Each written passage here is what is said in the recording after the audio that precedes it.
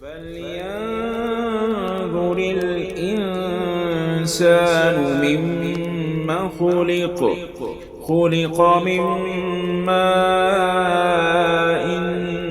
دافق يخرج من بين الصلب والترائب إنه على رجعه لقادر يوم تبلى السرائر فما له من قوة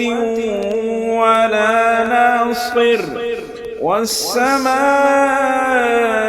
ذات الرجع